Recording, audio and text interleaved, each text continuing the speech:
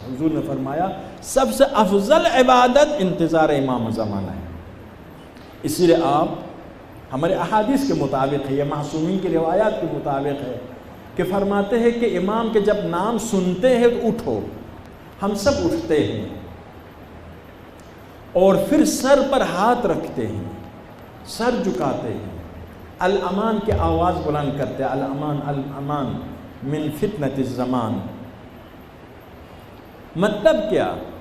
جو کچھ کرتے ہیں وہ ہمارے سمجھ میں آنا چاہیے، واضح مطالب ہے. اٹھنے کے معنی کیا ہے؟ مولا ہم آپ کے ساتھ اصلاح عالم، اس عالم کے اصلاح میں آپ کے آواز پر لبیک کہہ کر اٹھتے ہیں، آپ کے ساتھ دیتے ہیں. امام کے نام سن کر اٹھنے والے یقیناً امام کا حکم سن کر اٹھیں گے. یہ قسم کی عملی تربیت ہے کہ اصلاح عالم میں امام کے ساتھ آپ کو دینا ہے قیام. ورنہ امام سے افضل خود مولا امیر المومنین، خود نبی اکرم ہے. در حقیقت یہاں پر پیغام ہے کہ امام کا کام اصلاح عالم ہے.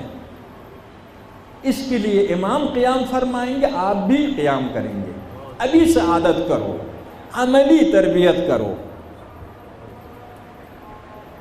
اپنے آپ کو تلقین کرنا ہے، اپنے آپ کو سمجھانا ہے، یقینی بنانا ہے، ذہنی طور پر اپنے آپ کو تیار کرنا ہے.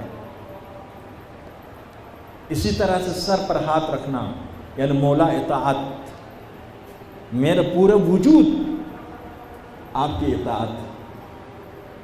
سر پر ہاتھ رکھنا اطاعت کی علامت. مولا سابقہ جن لوگوں نے محبت کے دعویٰ کیے، اصل موقع پر فرار کا راستہ اپنایا، ان کے راستے کو میں نہیں اپناؤں گا، میں اطاعت کرنے والا. اسی طرح سے الامان من فتنة الزمان، مولا میں دنیا کے حالات سے باخبر بھی ہوں، دنیا کے فتنوں سے باخبر بھی ہوں. میں ایک بیوقوف آدمی، بے خبر آدمی، غافل آدمی نہیں ہوں، ایک ذمہ دار انسان ہوں. دنیا کے حالات سے باخبر ہوں.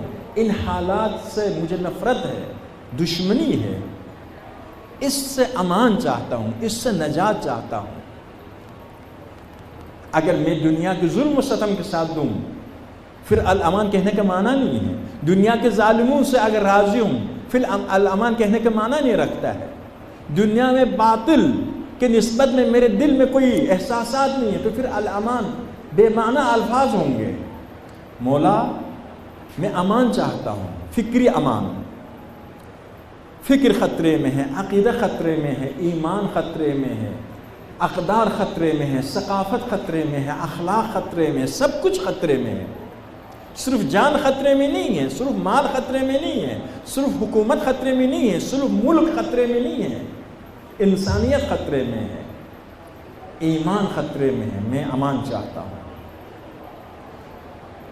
دیکھیے یعنی در حقیقت انتظار کے ساتھ ہم یہ کام کرتے ہیں.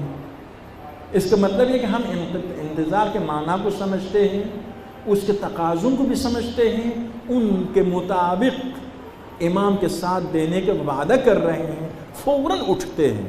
روایتوں میں جیسے امام اعلان کریں گے مکے سے، جس نے ساری چیزیں نظر انداز کر کے قدم آگے بڑھائے وہ امام کی خدمت میں پہنچ جاتا ہے. یہ ایک ٹریننگ ہے ابھی سے.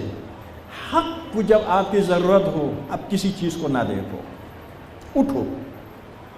مصلحتوں میں نہ جاؤ، مفادات کی نہ سوچو، قوم قبیلے کے بارے میں نہ سوچو، اولاد عزیزوں کے بارے میں نہ سوچو. اٹھو یعنی سب پر حق کو ترجیح دو، سب پر حق و فوقیت دو.